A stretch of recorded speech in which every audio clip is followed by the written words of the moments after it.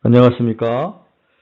삼나기 프로젝트 웃음과 행복 첫 번째 강의 한림성심대 이윤기 교수입니다. 만나서 반갑습니다.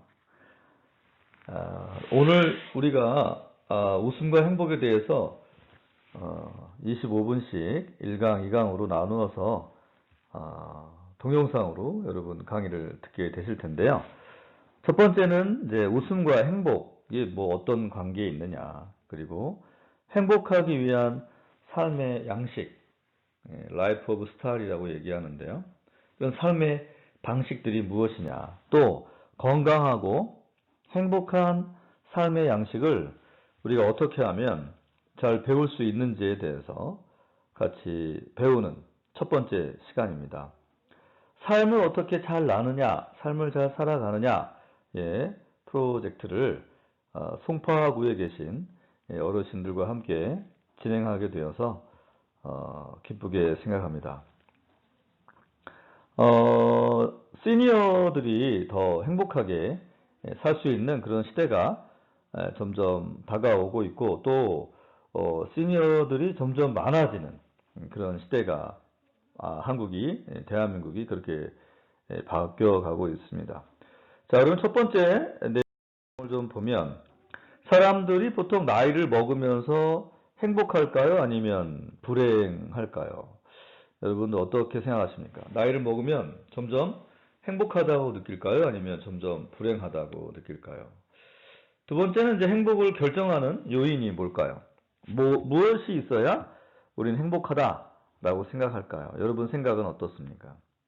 뭐 100세 시대, 아마 이제 여러분 시니어들은 이제 100세 시대, 뭐 제가 지금 58세인데 저 같은 경우는 뭐 한 이제 120세대 뭐 이렇게 될 거다라고 많은 의학자들 또 학자들이 그렇게 말하고 논하고 있습니다. 근데 어떻게 그 100세가 건강하고 행복하게 나이가 들 수 있을까? 이것은 또 다른 문제인데, 사람들은 이제 보통 나이를 먹으면서 행복하다, 그렇게 생각합니다. 행복하다고 생각하는 거죠. 본인이 보통 나이를 먹으면서 나는 행복해 라고 생각을 나이가 어린 사람보다는 더 많이 하는 경향이 있습니다. 뭐 여러분이 잘 아시는 뭐 행복은 뭐 돈도 있고 또 건강도 있고 또 자녀들, 가족관계 뭐 이런 것들이 굉장히 중요한 요소다. 뭐 다 알고 계시는 내용들이긴 한데, 결정적인 그래도 요소가 무엇이 있는지 또 우리가 알아보고 배워보는 시간을 갖기를 원합니다. 그런데 이제 건강하게 나이가 들어가느냐, 또 행복하게 나이가 들어가느냐, 이건 또 다른 문제여서 어떻게 하면 건강하고 행복하게 나이를 먹어갈 수 있을지에 대해서도 우리가 한번 생각해 보는 시간을 갖겠습니다. 자, 나이를 먹으면서 우리는 더 행복하다 합니다. 나이를 먹어갈수록 2차 세계대전과 또 우리 대한민국 한국전 6.25죠. 참전용사의 행복지수를 한 2,000명을 한 22년간 추적 조사했어요. 이렇게 추적 조사하는 거를 케이스 스타디라고 하는데 굉장히 돈이 많이 들어요. 그래서 우리나라에서 좀 하기 어려운 검사인데, 이제 외국에서, 특별히 미국에서 이런 검사를 좀 많이 하는 편인데, 65세가 되면은 행복지수가 정점을 찍는 거예요. 65세가 되면 행복지수를 정점을 찍었다가 이제 75세까지도 눈에 띄게 감소하지 않는다. 뿐만 아니라 40대에 느꼈던 행복지수보다도 노년기에 어르신들이 더 행복하다. 이렇게 행복지수가 높아지는 겁니다. 근데 왜 행복하다고 노인들이 느끼냐면, 나이를 먹으면 먹을수록 우리가 세상을 살아봤기 때문에 이게 뭐 그렇게 특별하게 행복하게 될 것이 아니다라고 생각들을 하기 때문에, 사실은 기대와 욕심이 다운되면서, 기대와 욕심이 감소하면서 더욱 많은 행복을 느끼게 된다. 이렇게 해서 행복을 느끼는 거지, 뭐 정말 많은 행복이 더 늘어났기 때문이 아니라는 거죠. 그러니까 기대감이 없어지면서 행복 지수는 올라갔다. 근데 이제 젊은 사람들은 아직도 기대하는 게 많은 거죠. 내가 뭔가 할 수 있을 것 같은 거죠. 그러다 보니까 행복 지수는 떨어지는 그러한 모습을 그런 상관관계가 있다. 현대인들은 뭐 돈은 많죠. 그리고 물질도 많아졌고 윤택하지만 행복도는 낮은 편이죠. 제가 뭐 58세라고 말씀드렸지만 제가 뭐 포니 자동차를 중학교 1학년 때 보면서 저 자동차를 소유하는 게 아니라 그냥 내가 자가용으로 한번 몰아봤으면, 한 번만 몰아봤으면 이게 꿈이었는데 지금 뭐 차가 뭐 한 가정에 2대 세대도 있고 그렇게 되지 않았습니까? 그러니까 물질적으로는 엄청난 풍요로움에 저희가 놓여져 있지만 행복도 자체는 별로 높은 편이 아니라는 거죠. 디딜방화 형상이라고 하는데 아무리 밟아도 디딜방화는 제자리죠. 제자리. 가진 것이 늘어나면 또 가지고 싶은 것이 또 계속 늘어나는, 디딜방화가 계속 벼이삭을 찌우면 또 계속 또 찌울 것을 넣어야지만 되잖아요. 현실과 기대 사이의 거리가 사실 행복을 결정하는데 현실과 기대감이 같아요. 그러면 행복한 거죠. 근데 기대감은 높고 현실은 떨어지면 행복도는 떨어지게 되어 있죠. 그것이 바로 이 현대인들의 디딜방화 현상이다. 많은 걸 갖고 있지만 행복하지 않은, 사실 참 많은 걸 갖고 있으니까 행복해야 되는데 말이죠. 그래서 삶의 패러다임이 전환되어야 될 필요가 있다. 그래서 소유하는 삶에서 존재의 삶으로, 그죠? 해빙에서 비잉으로 이제 바뀌어야 되는데 우리가 꽃을 소유해야만 만족했다면 꽃을 그냥 바라만 보는 것만으로도 만족한 삶을 살아야 된다. 현대인은 너무 많은 것을 소유하고 있습니다. 몽골 사람들은 보통 갖고 있는 소유한 소유물이 300개인데 반해서 일본인은 6,000개, 아마 대한민국은 더 될 것 같아요. 제가 일본 사람들, 우리나라 한 10,000개 안 될까? 또 엄청나게 뭐 많은 걸 갖고 있고 막 버리지 않아가지고 집이 정돈이 안 되고 그런데 뭐 이렇게 소유했다라는 거는 그것에 또 얽매인다라고 하는 의미도 있죠. 왜냐하면 그걸 관리해야 되니까. 그걸 관리해야 되기 때문에 또 얽매여 버리는 상황이 됩니다. 집과 사무실은 쓰지 않는 물건들로 사실은 포화 상태가 되어서 정리정돈이 안 돼가지고 힘들어하는 그런 삶을 또 살고 있지 않습니까? 그래서 우리들은 이 소유의 삶, 또 존재의 삶, 이 변화를 갖고 있어야지만 된다. 그 변화하는 삶들이 우리 안에 있어야 되겠습니다. 그럼 행복해지려면 어떻게 해야 하는 것이냐?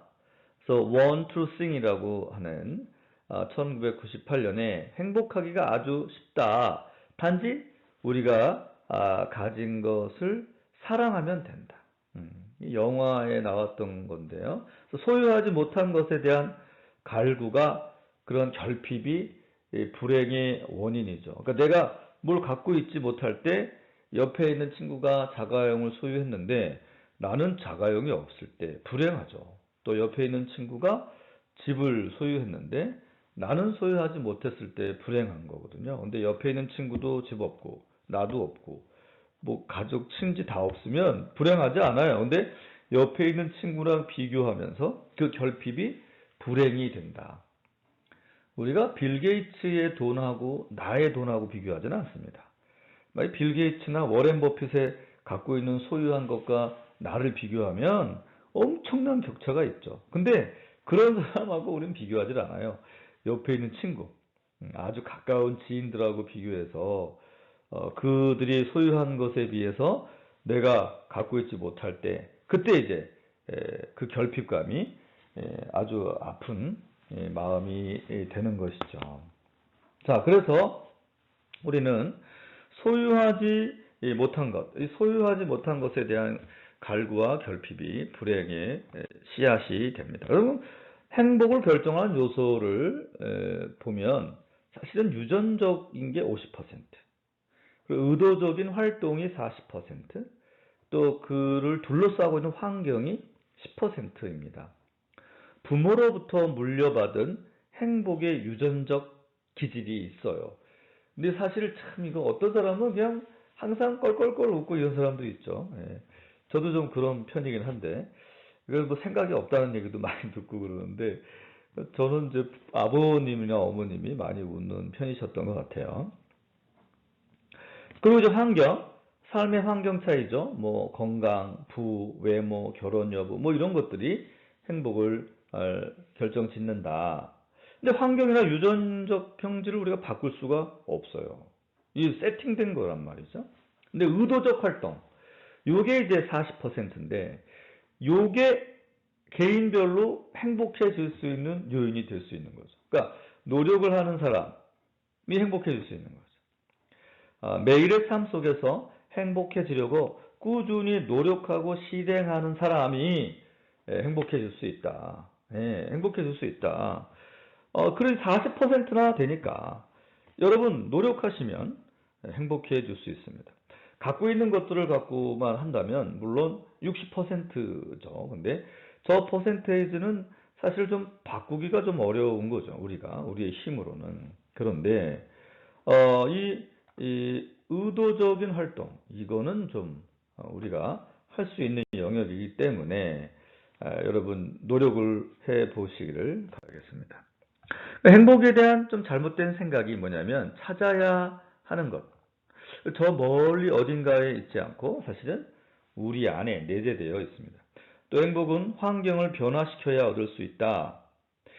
사실 환경의 변화는 행복과 연관이 크지가 않다. 아까 우리가 10%라는 거였죠. 또 행복은 타고났거나 그러지 못하거나 이렇게 얘기하는데 사실 의도적 행동을 통해서 유전적 구조를 극복할 수 있다. 그게 아까 우리가 40%에 해당한다라고 말씀을 드렸죠. 그래서 우리가 노력하면 누구나 다 더 행복해지는 사람이 될 수 있다. 행복하게 나이 드는 사람의 공통점이 있는데 하버드 의대 정신과 의사인 조지 밸런트 교수님이 행복의 조건을 조사했어요. 근데 어떻게 하면 행복하게 나이 들 수 있을까? 행복하고 건강한 삶의 법칙이 있을까?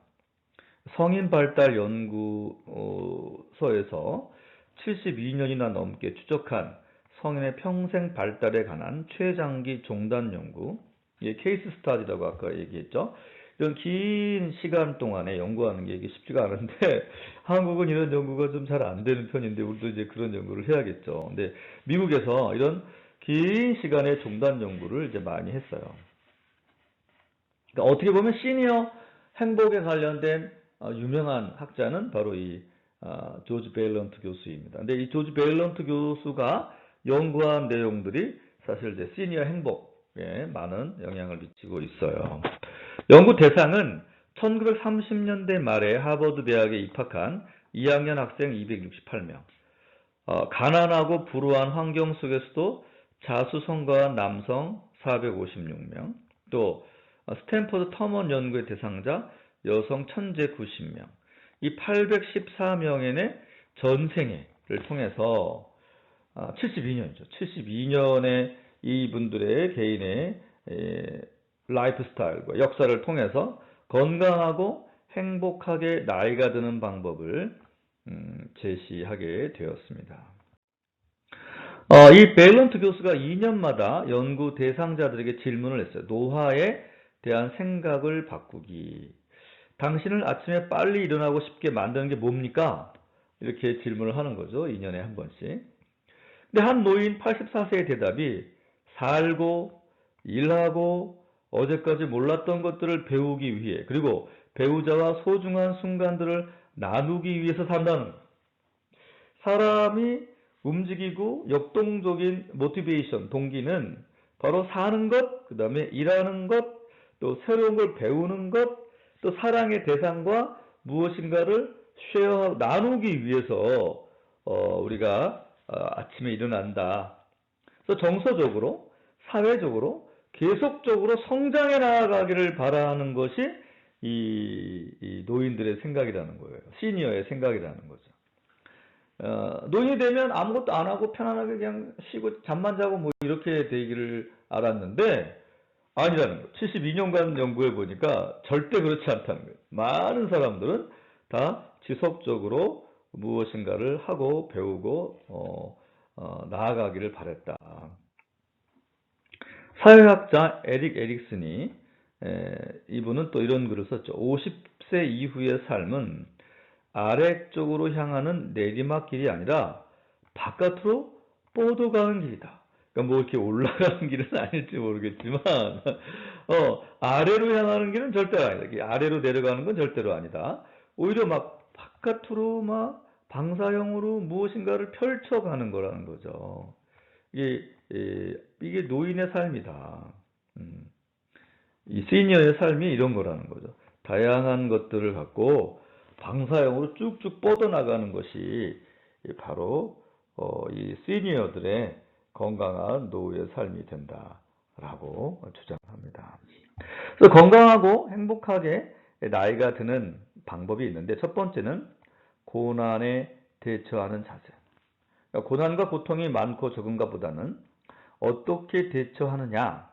이것을 어떻게 보면 뭐 영적 대처법이라고도 볼 수 있는데 남부러울 것이 없는 조건에서도 불행한 사람이 있어요.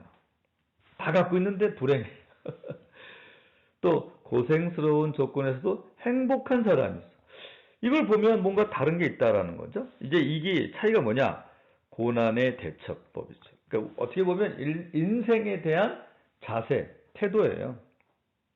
근데 인생이 언제 뭐 쉽기만 합니까? 뭐 어렵고 힘들고 그런 장애들이 많은데 그런 장애들을 어떻게 극복하느냐? 이 극복을 하기 전에 자세가 있는 거죠. 이런 극복 전에 우리의 이제 자세가 있는데 이 자세가 중요하다. 그죠? 이 자세가 매우 중요하다라고 말하고 있습니다. 우리가 미성숙 방어 기제가 이제 투사라는 게 있어요. 그래서 받아들이기 힘든 감정을 다른 사람에 전가해 버리는 건데 이때 편견이나 흠잡기를 잘하는 사람, 이게 이제 투사를 사용하는 사람들이고 수동 공격성이라는 게 있어요. 이 디펜스 메커니즘에서도 아주 좀 성숙하지 못한 미성숙한 디펜스 메커니즘이죠. 또 자기 자신을 향해 매우 도발적인 방식으로 화를 푸는 사디즘이 있고요. 또 행동화 분열, 범죄 행위, 아동학대, 과음, 무관심 이런 것들은 다 미성숙한 방어 기제가 됩니다. 우리가 이럴 수 있어요. 건강한 노인이 아니고 비건강한 노인이 되어갈 때, 시니어가 되어갈 때 이런 모습들을 보이게 됩니다. 그렇다면 성숙한 디펜스 메커니즘이 뭐냐? 이타주의입니다. 다른 사람을 위해서 일하는 것. 자기가 받고 싶은 것을 다른 사람에게 베풀기 때문에 즐거워하는 것. 그 어린 시절 학대를 받은 사람들 중에는 다른 사람을 학대하려고 하는 사람도 있지만 반면에 미혼모 보호시설이나 학대 피해자를 위한 전화 상담소에서도 봉사하는 시니어들이 많죠. 뭐 일본이나 또 미국에 이런 시니어들을 많이 볼 수 있습니다. 남에게 도와주는 것을 통해서 본인이 건강해지는 거죠. 두 번째는 유머입니다. 고통을 유머로 변화시키는 거. 찰리 채플린 같은 사람인데 바로 제가 이 유머를 좀 잘 쓰는 편인데 여러분이 지금 동영상으로 보셔서 잘 못 느낄 수 있습니다.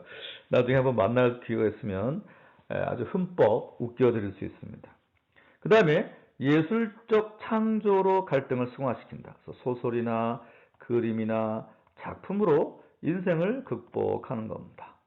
얘가 해리포터의 조앤 롤링 같은 사람인데요.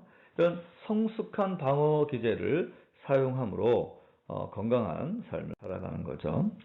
해리포터의 저자 조앤 롤링은 하버드대 졸업식 축사에서 실패는 불필요한 것을 버릴 수 있도록 해 주었습니다. 저는 자유로울 수 있었습니다. 제가 두려워하던 것이 현실이 되었지만 여전히 살아있었고 옆에는 사랑하는 딸과 오래된 타자기와 근사한 아이디어가 있었습니다. 추락한 밑바닥은 제 삶을 다시 일으켜 세우는 단단한 기반이 되었습니다. 실패는 제게 시험을 통과하는 것으로는 얻을 수 없는 자신감을 주었습니다. 자신에 대해 많은 것을 알게 해 주었습니다. 그것은 실패가 아닌 다른 방식으로는 배울 수 없는 깨달음이었습니다. 라고 하버드대 졸업식에서 2008년에 말했던 내용인데요. 두 번째는 건강하고 행복하게 나이 드는 방법에 평생에 걸친 교육. 장수하는 사람의 공통점은 항상 머리를 쓰고 있었다. 새로운 것을 배우지 아니하고 살던 대로만 사는 사람은 결국 외톨이로 전락하게 되는 것입니다. 지속적으로 배워야 한다.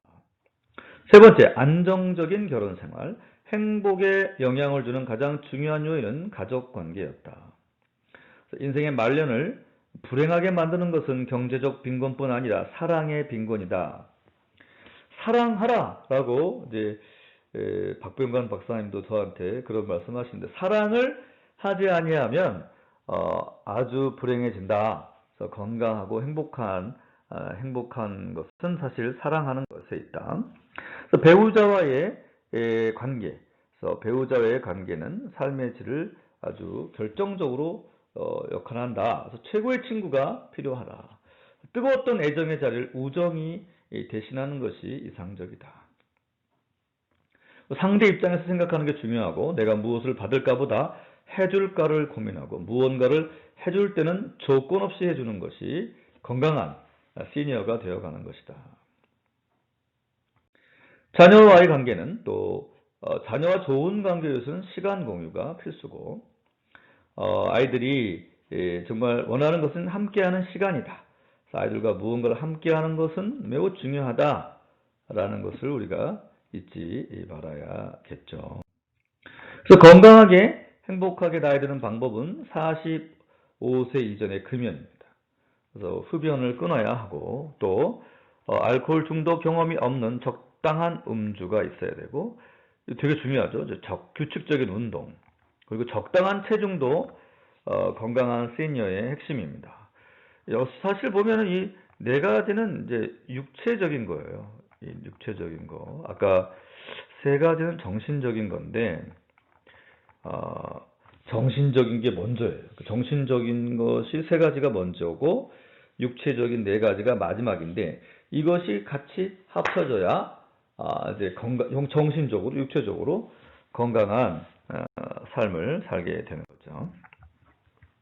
나이 50세를 기준으로 보면 우리 7개 항목 중 5개, 6개 이상을 갖고 있던 사람은 보통 50% 이상이 80세에도 행복하고 건강했고, 불행하고 병약한 사람은 7.5%에 불과했지만, 3개 이하의 항목을 갖고 있던 사람은 80세에 건강하고 행복한 사람은 아무도 없었다. 그러니까 나이가 50세 때 이 7개 항목을 체크해서 적어도 5개나 6개를 갖고 있어야 되는 거죠. 그러니까 4개는 필수죠. 그죠? 육체적인 거에 4개는 필수고, 그 다음에 정신적인 것 하나. 이렇게 하면 5개는 되는 거죠. 근데 이제 뭐 정신적인 거 2개, 또 육체적인 거 3개 이상. 이래도 이제 건강한 노후가 될 수 있다. 이렇게 교수님 보았던 거예요. 자, 그래서 건강은 나이 들어서 행복한 삶의 질과 연결되는데, 자신을 사랑하는 사람은 자기 몸을 귀하게 대접한다. 뭐 어차피 죽을 건데 이거 무책임하다. 건강은 개인 문제가 아닌 주변인과 연결된 문제다. 그래서 젊어서 몸을 어떻게 다루었는지는 나이가 들면서 고스란히 나타나기 때문에 우리가 건강을 잘 유지해야 하죠. 또 계속 일하는 거다. 나이 들어서 일을 계속한다는 것은 자신의 존재감을 확인시키고 행복도가 증가된다. 자원봉사나 사회활동 등이 포함됩니다.